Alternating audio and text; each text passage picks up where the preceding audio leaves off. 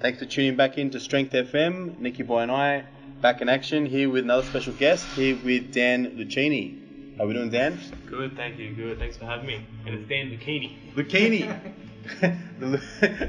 I've been calling you Lucchini for like since 2 years. Yeah, everyone has my entire life. Yeah. But yeah, Lucchini. Alright, do you want to start us off? Just tell us a little bit about you, and a bit about your training background and educational background. If we go from there. Cool. So I guess let's go right back to the start. I started playing youth sport, when I was 5 years old, and I played soccer, tennis, cricket. Did some martial arts work with jiu-jitsu, and what else I did? Played every school sport you can imagine. Did some athletics work. I was just always into every sport, and I was always good at them, but never great at any of them. But I really like to generalize with it and just do everything, and I think that was a good stepping stone for me. As I got older, I started to specialize a little bit more in tennis and cricket, so I guess more coordination-based sports, which doesn't make sense because my coordination's not that great now. But so we started doing that. As I got to about 8 or 16, I started getting into weight training to improve sport. My focus was always on improving performance. I never I guess I did have a small bodybuilding wannabe like Arnie stage, but in general I was always focused on performance. I was really lucky. I had a PE teacher in year 10 who had a rugby league background and was pretty good at promoting that amongst our grade group, which is good. Once I left school, so I was 17, 18, I had stopped playing sport now. The last sport I finished up with was martial arts. So I stopped doing that and was just focusing on the gym and just trying to put on size. I was a pretty skinny kid, like a really skinny kid, lanky and long. Which I still am, lanky and long, just slightly less skinny, but not significantly. So finished there and just stuck with gym. Eventually I got into powerlifting. Again, my urge was always to go into performance. So even when I was doing bodybuilding style training, I still wanted to be strong as hell. Deadlifts was something I was always naturally really good at. So I just used to fucking do them 4 days a week and just work up to heavy singles every day, and it progressed from 160 to like 260 in 2 years just by doing heavy singles three times a week, which was sick. But when I pulled that 260, I did fuck my back up. And I didn't lift again for about 6 months. But you learn from those things. They're good. Injuries are great. Then I sort of pushed powerlifting a little bit. I've done 3 comps. I've never loved it, but I like it. It's fun. It's a good way to test your strength and have some fun. But it's nothing I've really ever stuck to consistently. Now, my training-wise, I dabble in a lot of things. Big focus on aerobic fitness at the moment, trying to build up my engine. Do some gymnastics work at a very amateur level. A lot of climbing. That's my latest absolute passion, because even right now I just want to get to the climbing gym if I wasn't at this podcast. And I still do some weightlifting and some paddling. I always want to be strong. It's fucking fun. Yeah. You want to be prepared for anything, and strength does prepare you for a lot of things as well. As far as education goes, obviously I finished school. Always did really well at PE just because of my interest in sports. So of course you're going to be interested in that subject. But it wasn't really my career path that I wanted to go down initially. I was thinking more along the lines of psychology or criminology and sort of combine that together. I've always liked the human mind as well, and trying to understand people and get into their heads and read their minds and shit. Isn't that what psychologists do? Yeah. I'm pretty sure I heard Alex Quine talk about that. Yeah. It's essentially just a psychic. Yeah. They spelled psychology wrong. So I was initially going to do that, and I got the marks for it when I finished uni, so I went into psychology, and halfway through I realised that is not what I wanted to do at all. I fucking hated all aspects of it, especially the criminology side. And just, I don't know, so many loopholes in such a controlled, and we won't go into that too much. But, so when I left, I dropped out of uni sort of mid-year, or towards the end of the year, and obviously my parents are really cool, so they made sure that I was doing something. They didn't want me to just bludge for the rest of the year, which is what I would have loved to have done. So I went and got my PT certificate. It made sense. I was training pretty seriously at the time. I was packing my 6 meals a day, chicken, rice, broccoli, brown rice only, because you don't want to get fat on white rice, shit like that. So I was really bro mindset. But I went into the PT course, and I got that. It was a stupid 3-month one where you don't actually learn anything, but you just get a certificate at the end, and you somehow have permission to train people. So I did that. Finished that up in October of 2012, and I got a job in a gym straight away. I was pretty lucky, where I did my work experience, and I kind of hope this guy's listening, but my head PT at the time completely ruined it for me. He made me hate personal training, not the role of personal training, but personal training in commercial gyms essentially, because of how just poorly he ran sessions. He didn't care about clientele. It was set sessions. He would do the same circuit for everyone, and just clients would come in and just bang, bang, bang. It was a weird. I don't know how people paid for that. I still don't understand how he had so many clients. It was really successful business-wise. Doesn't make sense to me. But he put me off, and I was like, I need to do something more. Like, there has to be. This can't be right. Because even at the time, that's when I was just getting into powerlifting. I just bought my first $20 powerlifting program online, and it was some cool tapery thing. It was when I pulled 220 for the first time at like 18. It was cool. So I was like, there's got to be another option. So I obviously started looking up, researching, and I saw the Bachelor of Sports Science. And I pretty much made the decision then. It was already November, so intakes was sort of starting, and I quickly went and did it. I had to pay a shitload to do it that late. When you do the late entries into uni, it's like way more expensive, but I did it. And I got into sports science and did that. I kind of struggled first year because I still wasn't in the right mindset. Like, I got through school with good marks, but I pretty lazy. I listened in class, which got me through, but I didn't do any study. I was playing sport or just like hanging out with friends, and that was not necessarily the best environment either. So when I got to uni, you can't do that. You just can't get away. You can to a certain degree, but you really can't get away with it for too long. So second year, I got accused of cheating in an exam, which I didn't do. But I got accused of exam because as soon as I walked out of the exam, I made a Facebook post going, ha ha ha, that was easy, or something along those lines, something stupid.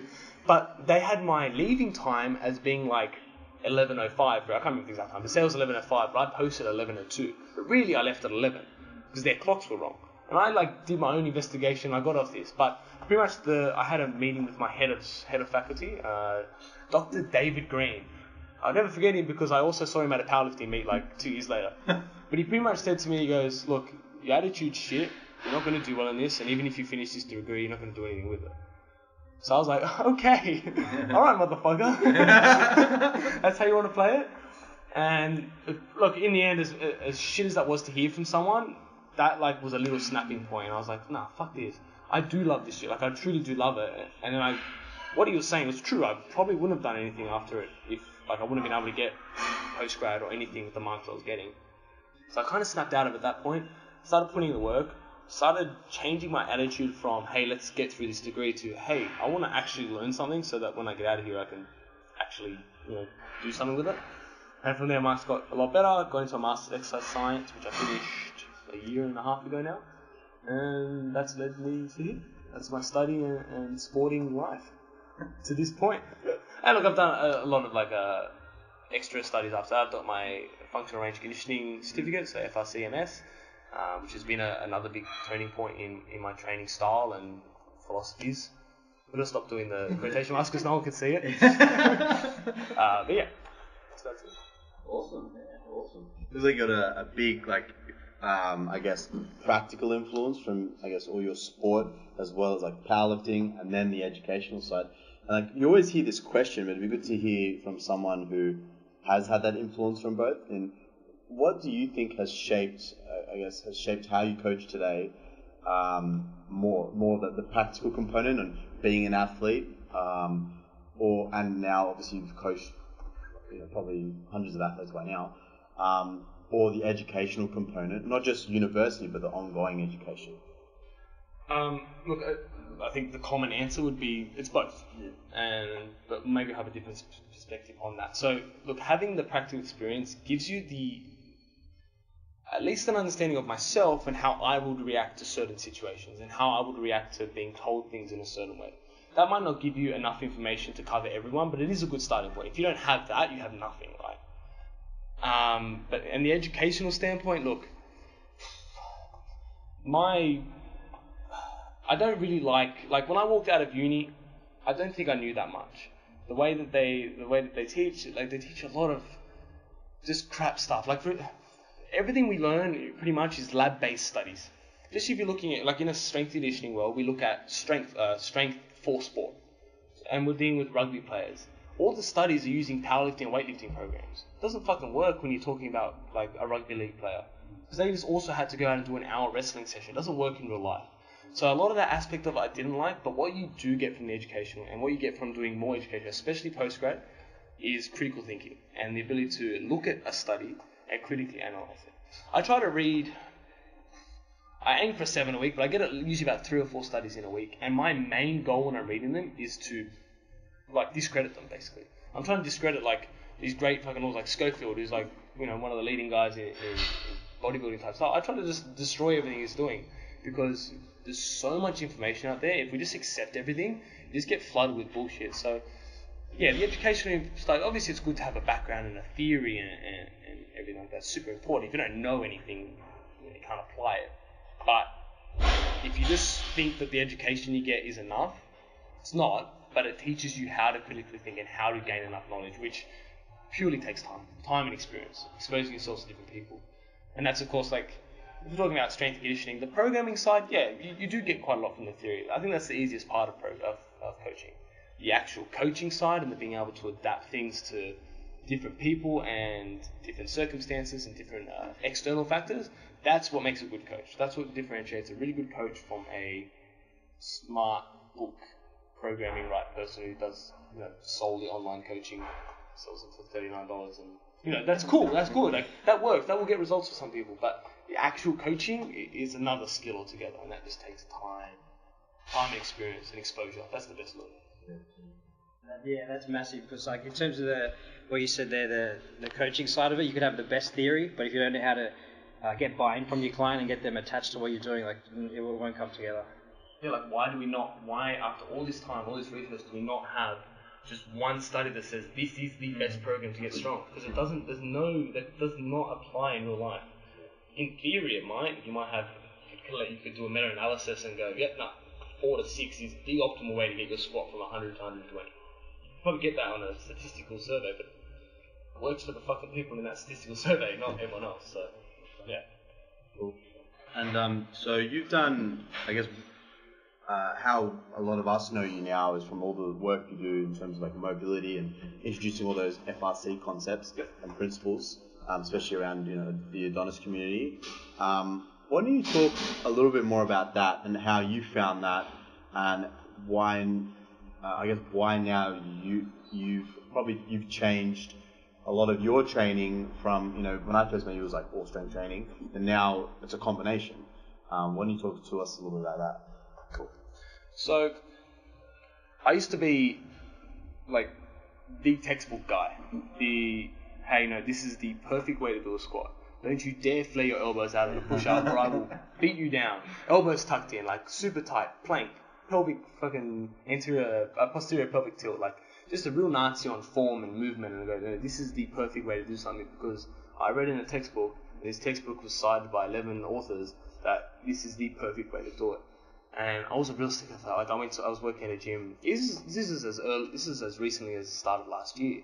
I was working up a gym there, and I was a nurse on everyone how they had to do a push-up. And what I didn't understand at that time is the capabilities of the body are outside of what the textbook tells us. The textbook has this perfect structure of what's optimal for sure. Maybe there's definitely an optimal way to squat to lift the most weight. Doesn't mean it's the only way to squat. There's an optimal way to drive a car, but we don't always do it the same way. You know what I mean? So, I guess without even knowing it, I subconsciously went looking for something, because in the back of my head, I knew, even though I was telling it people with confidence, I knew that this just can't be right. Why are there other people doing this and they're fine? Why is there someone out there doing push-ups with his elbows flared and his shoulders are fine? Maybe elbows out isn't the problem. Maybe it's his shoulder that's the problem of the people that are getting hurt. So I sort of went looking, and modern day and age, Instagram was I guess where I first saw it. So I saw a guy named Daniel Murakami, or Strong Cancer on Instagram, and he was the first person I sort of saw do it. And I was attracted to him because he was a strong ass dude, and he still is a strong dude. But he wouldn't just be lifting barbells. He would, but he would also be lifting stones and sandbags and things like that. And I wanted to sort of I guess understand it more. So I contacted him, and I was like, look, all this stuff's great, but what about, aren't you scared about getting injured? Your back's going to all this extension when you're lifting the stone overhead. Don't have extension when you lift overhead. No way, our spine can't do that. And he to be fair, he didn't give me the greatest answer, but he pretty much just said, our body has the capacity to do certain things if we train it. and he linked me to FRC. And look, I sort of brushed it off. I was like, okay, that's kind of a bullshit answer. Like, yeah, you can do it, but you're going to get injured. Like, if you lift a certain amount of weight, when you're lifting heavy loads, if you're doing something silly, you're going to get injured. And I was like, yeah, okay, whatever. But it sort of just kept going on my mind. I was following him now at this point, so I kept seeing his stuff. He was doing some fucking cool shit, and I was like, man, I want to be able to do that. Like I want to be strong, but I can't even do that. But the real turning point for me, where I really went, okay, there's massively more to this, was after my powerlifting comp in June last year. I just pulled 300 kilos. I was over the moon. I was like 3.3 times body weight. I thought I was the strongest person on earth.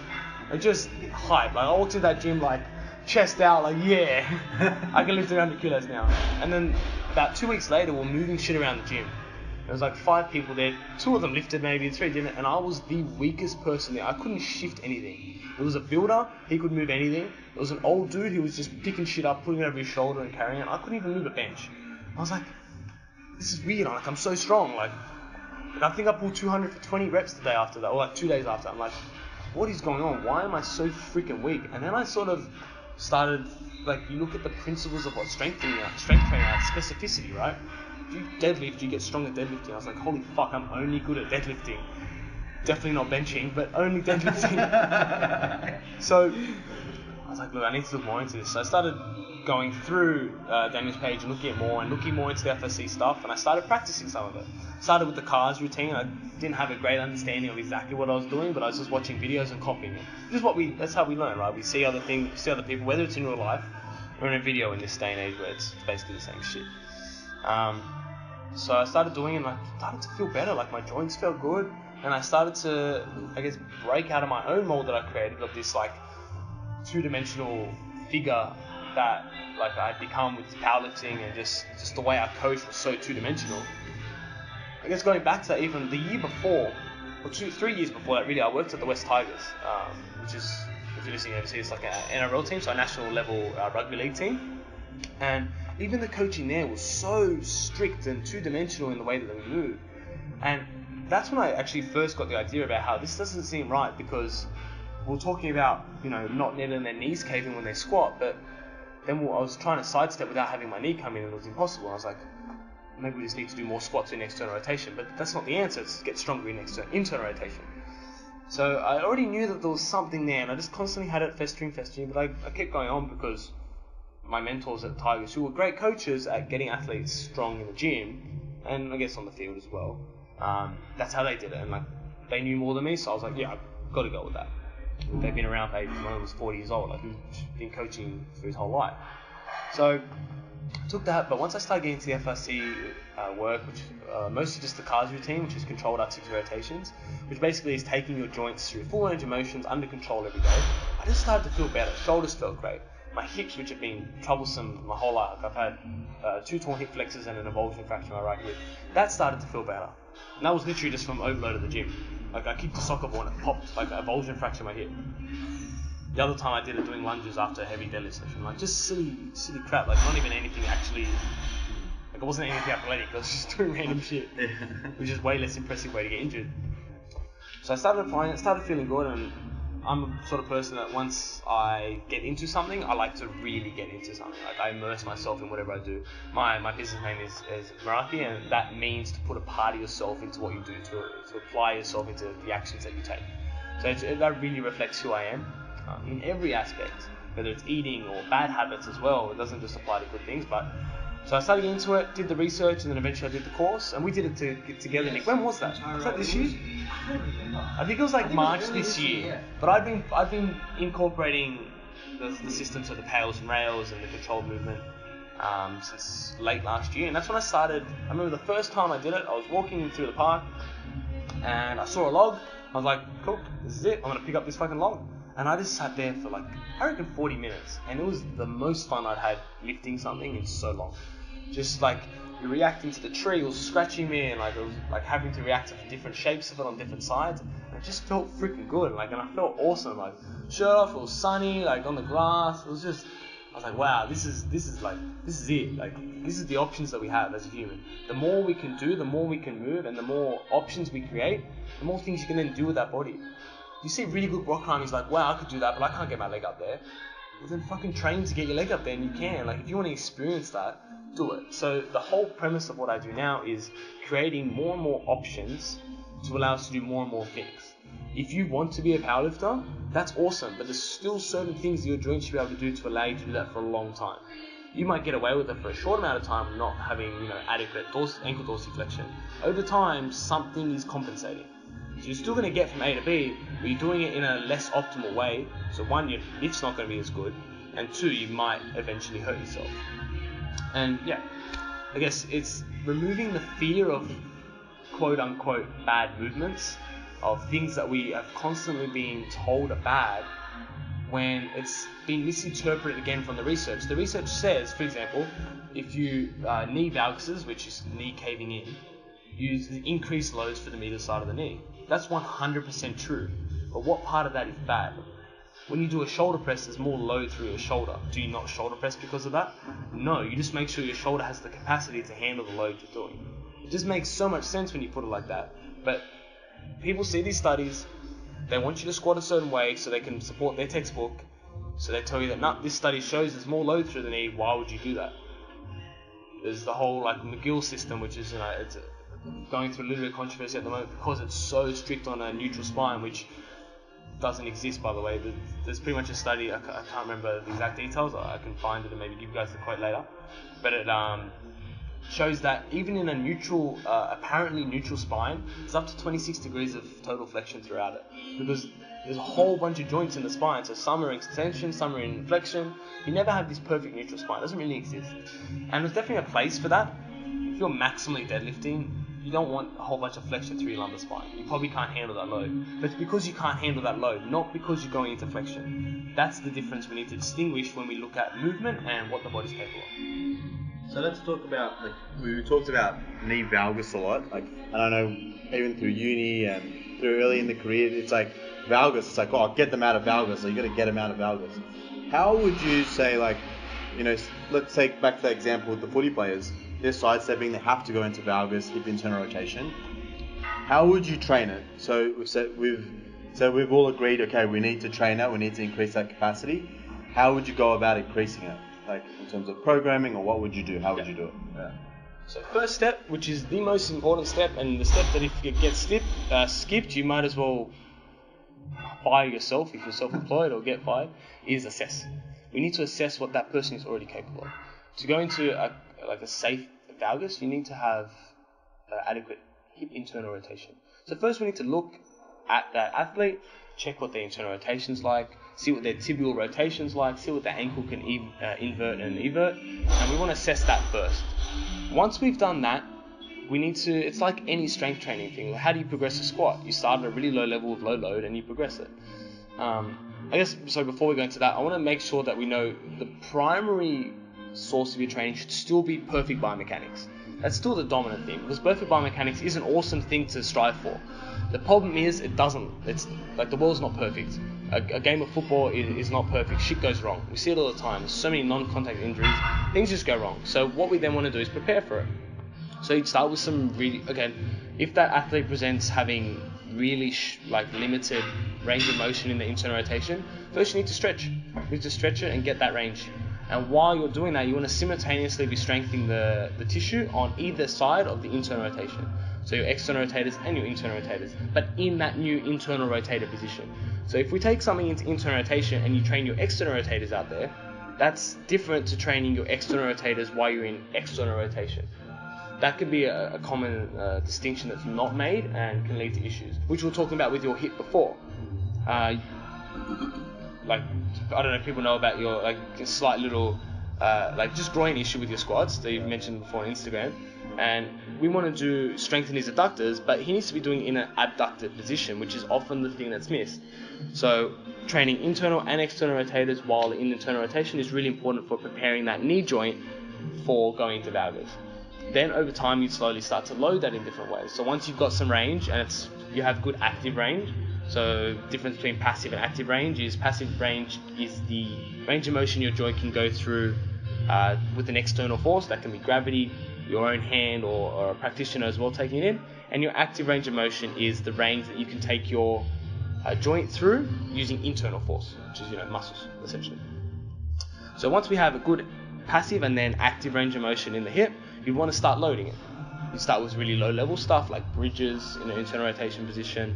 You might do some isometric work, some eccentrics, and eventually you get to the point where you're able to do squats. There's no reason why we can't squat like that, as long as the capacity of that knee joint and hip joint can handle the external load. If the load exceeds the capacity, no matter what movement you're in, even if you're in the most perfect biomechanical position ever, it's going to snap. When I tore my hip flexor, I was doing a lunge. And I'm telling you, that lunge was quote unquote perfect form. Still snapped my hip flexor though. It wasn't bad form, it was just overload, which can happen in any position. Yes, some positions have much less tolerance for load, just do less of it there. But you still need to gradually build that. And then say with your programs, say for a team sport athlete, how much time would you devote to training for error versus perfect biomechanics? Look, that depends again on the assessment, I guess. Some people might need a lot more of it. If somebody's already really strong in perfect, like if someone has a 220 kilo squat and they're playing rugby, they don't need to get any stronger, that's plenty strong. You'd be doing a lot more of the error stuff. Somebody who's young and just coming up and still quite weak, you want to do quite a lot of the biomechanics stuff. Again, it's hard to put a number on it, but I wouldn't say any more than 20% of your work should be error training, and that might just vary between 10 and 20% depending on the athlete's level. But that is a very contextual question. Yeah. And then Dan has a really good interview with Phil on his Training Bites podcast about training for error and how important it is not just to train for those perfect mechanics, because things are going to go wrong out on the field or out in everyday life as well. Exactly. It's the error that we don't train for is the one that's the problem. You're training for it, even if it's a little bit, you're better prepared. Injuries are not, you can't prevent injuries. Something can always go wrong. Even if you have amazing ankles and you're running down the field and somebody else's boot gets underneath yours and it gets caught, you're going to roll your ankle and snap. It's impossible to prevent them, but we can mitigate them or reduce the risk as much as possible. Even going back to the knee valgus thing, if you do a sidestep, if you're at home right now, I want you to stand up and do like a mini sidestep and just watch what happens to your knee. It comes in, pretty much no matter what. We can't help that. Well, that's actually our hip creating torque to allow you to push off greater. It's just, that is perfect biomechanics. That's the thing we're sort of forgetting, things like that as well. If our hip, if anything that is possible is natural, anything that's natural is possible. So if our hip can do that, it means it wants to do that for a reason. It's creating more force and more torque for you. So if we're constantly training out of that position, not only are we not preparing them for that position, we're actually making them weaker at something they were probably already good at. Because we're enforcing this position so much and locking them into the position so much. If you don't lift your arm over your head for a week, you can't lift it as high as you did the week before. You just need to take these joints in positions, let them do what they want to do naturally, and eventually you get stronger there if you constantly expose yourself to them. So if you think, if you see like a powerlifter that you're coaching, for example, let's just say powerlifting, and they squat and they get quite a bit of valgus, would you, say you assess them and they've got, say, quite good hip internal rotation strength, range and strength, would you make the decision not to coach them out of that position, or would you keep them squatting in that position? Again, quite contextual. Yeah. You have to assess individually. Like, I wouldn't necessarily be worried, but you need to look at, is that optimal? Are they getting the most out of their squat that they can? If they are, and you sort of see that they have control of that position, because there's a difference between valgus and everything else staying solid, and then there's valgus and your foot's rolling in and your hips are collapsing and you're folding over as well. So if you have those other factors, that's something you want to work on. And regardless of if we have a valgus or not, we still want to be strengthening the hips. We still want to be strengthening the external rotators to take it out of there, which is going to create the torque. So it's contextual, and there'll be a lot of times where I would never coach someone into it in a powerlifting world, especially because we are dealing with really high loads and maximal loads. Maximal loads are always higher risk than sub-maximal loads. I don't think it's always necessary to coach people out of it. You watch Olympic level weightlifters and watch how much valgus they go through, because they're creating a lot of torque. They're also going to a much deeper squat position, so the internal rotation is necessary to get down that low, so possibly a little bit different. But you want to look at more, is it affecting the squat negatively? As if, like you said they have good capacity for it, it's not dangerous, but is it affecting how much weight they can lift in a sport where lifting the most weight is the most valuable thing you can do? And definitely in the last few years, I've personally noticed that people are taking a bigger emphasis on mobility, like even just general population. But I guess they're uneducated. So that, in terms of like they have good intentions, like foam rolling, trigger boarding, doing stretches. I can see you smiling already. You know what's coming. Like I guess they have good intentions in what they're trying to do, but because of the type of education information out there, what they're doing is suboptimal. How do you think, as I guess coaches that have that knowledge, how can we start to introduce that to clients, or introduce it to the industry, or what do you think needs to be done for people to then adopt that, and how should they be beginning, like starting out with these principles? So firstly, we should take the supple leopard off the shelves. That's step one. Look, it's any time you're trying to change the way someone's been educated, it's a fucking long process. Even if we look at like in the physio community, if you go look at anyone over the age of 35 in the physio world, they're still doing a lot of dumb shit.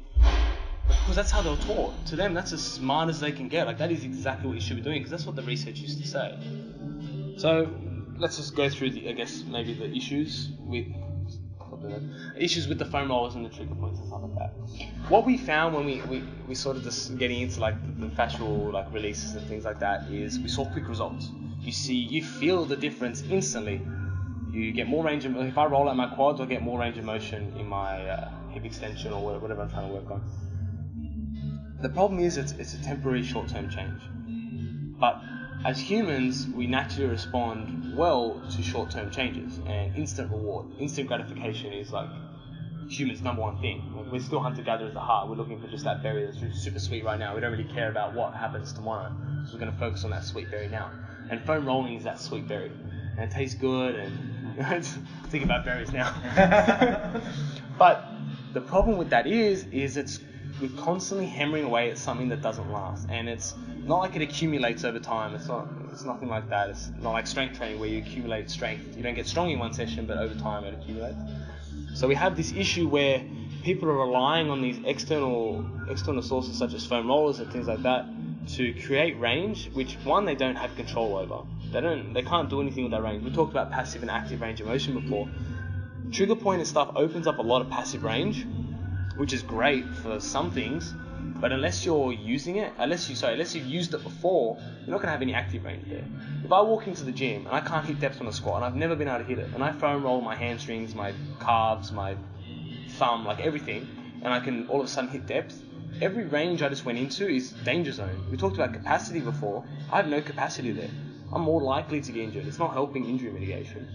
Sure, they have roles, they're good for pain, analgesia, and they can even be like reduced DOMs, which can then help training. That's cool. If it feels good, I don't care. But what we need to start doing is actually understanding what's happening at those joints, and understanding that you're not causing any physiological change. You're simply changing the nervous system's response to what it thinks is a safe position. You're just manipulating it, which it's called manipulation. Like it's literally called what it is, but people still fall for it. Like, we are manipulating you.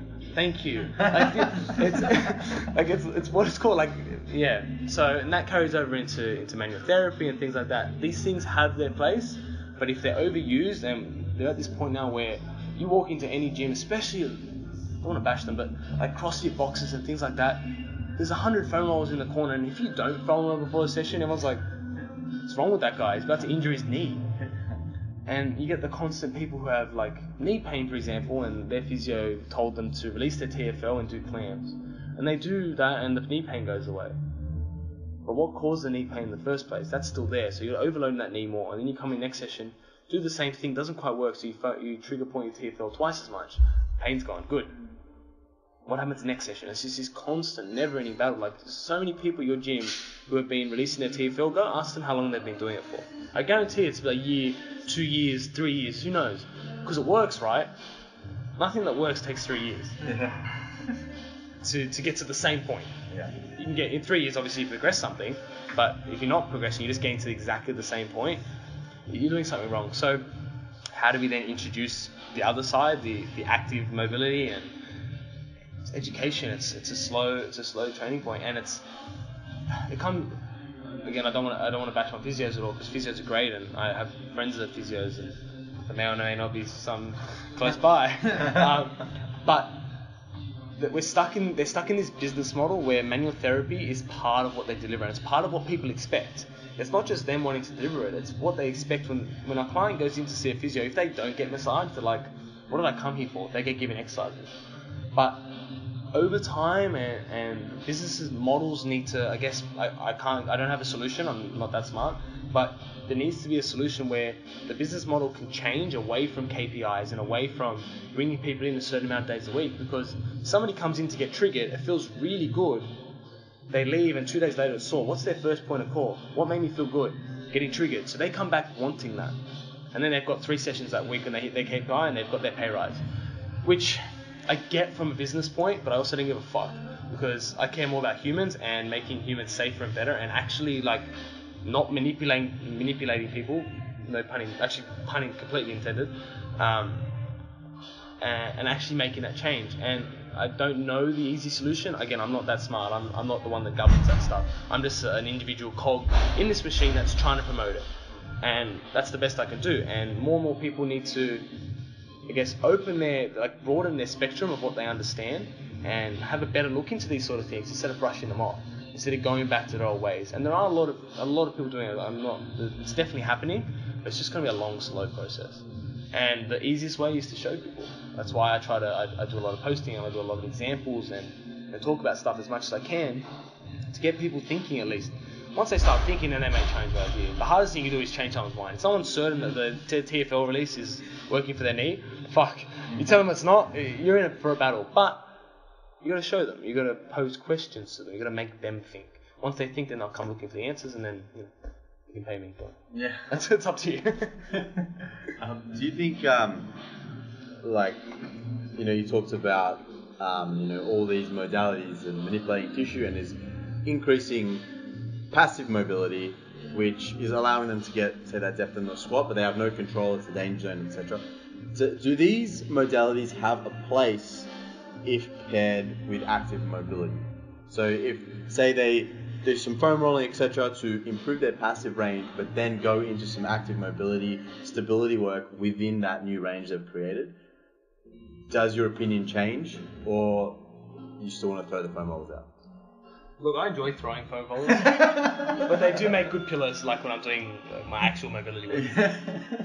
So they have a place in a couple ways. Like I said, if it makes you feel good, that's automatically a place, because feeling good is the best way to feel good. Right, makes sense. But yes and no. So it is a way to do it, and there's certain situations where it's necessary. Early in like injury rehab, things like that, manual therapy is super important. The tissue responds to force. Whether it's internal or external, the body's not really that smart, it doesn't quite understand it. So if you're applying force either manually or externally, passively, or there's all three of those words at the same time, it's the same as you applying it internally, but if you don't have the ability to do it internally, it's the best option. But the problem with releasing something via a trigger point, one is it's non-specific, so you're not putting the joint, you're not taking the joint into the range you want it to go, you're just bashing at it until it can go there.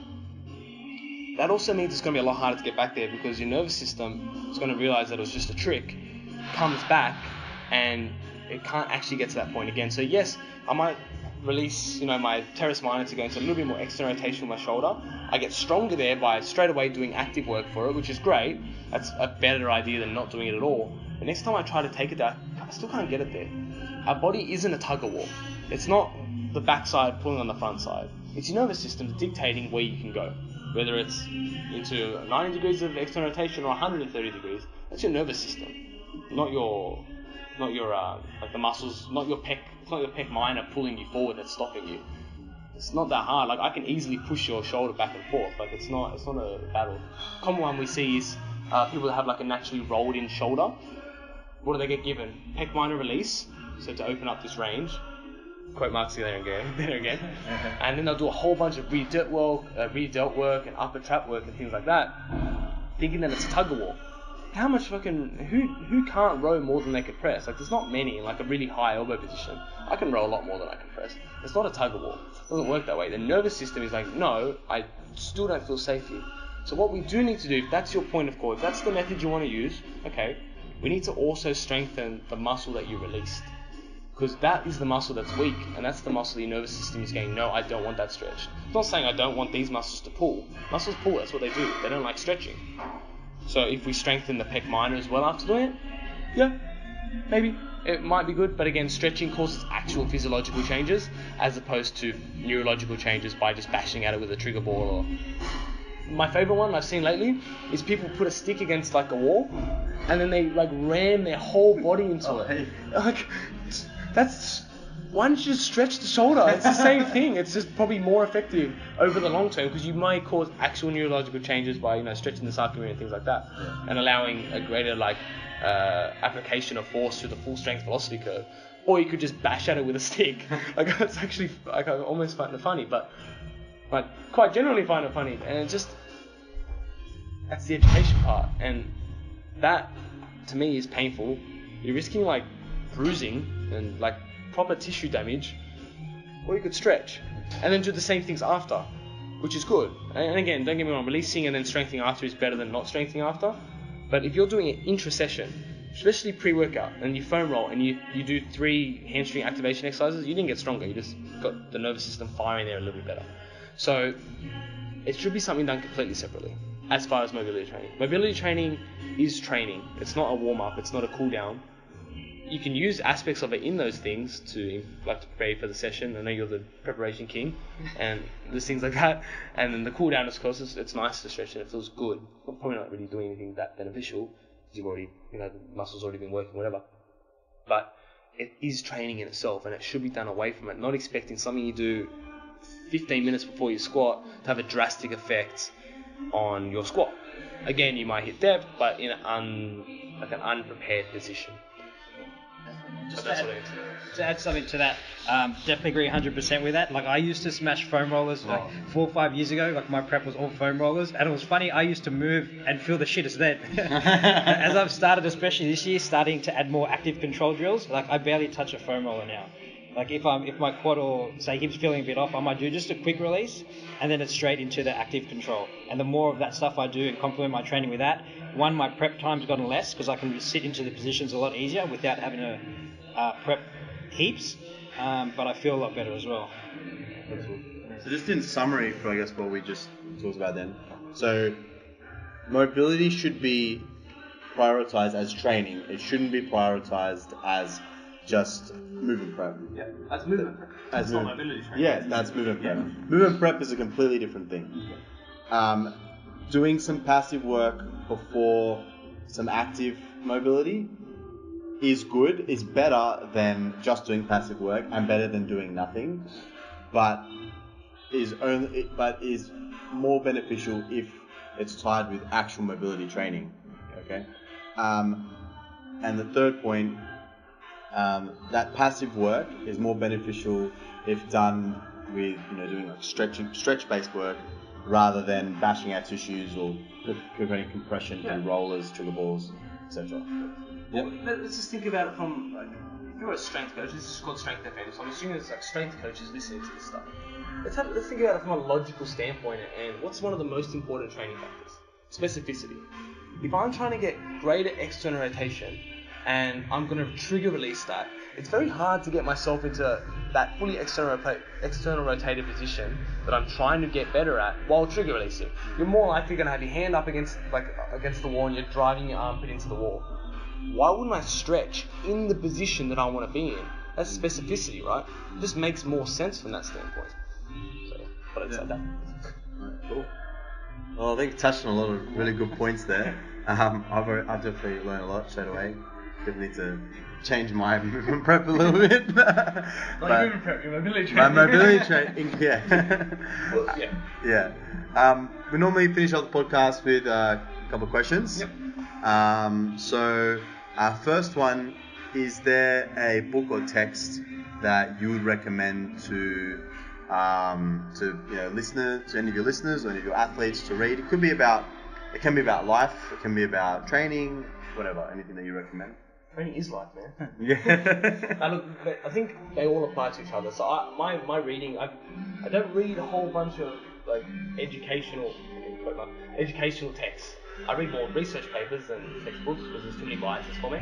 But if we understand humans and we understand behavior and things like that, it carries over into training, right? So the book I want to talk about, I knew this question was coming, so I prepared because I'm really bad at remembering authors' names. It took me ages to decide. So I'm going to say the two, but I'm going to talk about the one that I think. So I think everyone should read the book called Sapiens. Sapiens. It talks about where humankind came from. That is one of the most valuable things you can have as a coach, as a person, as a whatever you are, like a dog, whatever, is to understand where humans came from because it explains a lot about what we do now. But the book I want to talk about is Anti-Fragile by Nassim Taleb. I hope I got that right. I have such a bad name. So that book pretty much talks about we know what like being fragile is, and then we have being robust or being able to handle things. That's different too. That's not the opposite of fragile. So fragile is like easy to break, whatever. Anti-fragile is not easy to break. It's being able to benefit from the chaos, benefit from like the hardship you're going through. And it talks about, like, for example, humankind is a very anti-fragile system, but individuals are very fragile. People used to eat poisonous plants and they would die. So that the rest of humankind knew that we couldn't eat those poisonous plants and became a more anti-fragile system.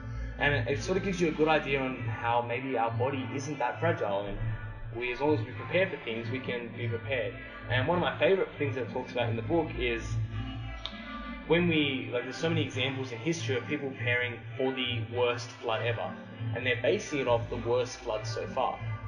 But before that flood, there was not as bad a flood, right?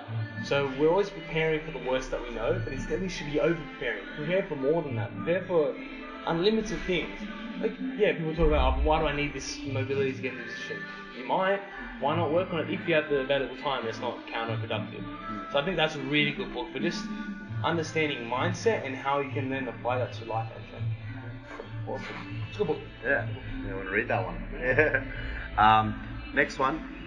Is there a daily habit you have, daily habit or task that you do that you think is critical for your success? Cars every damn day. Yeah. Yeah. Like I have a lot. That could be a whole podcast in itself.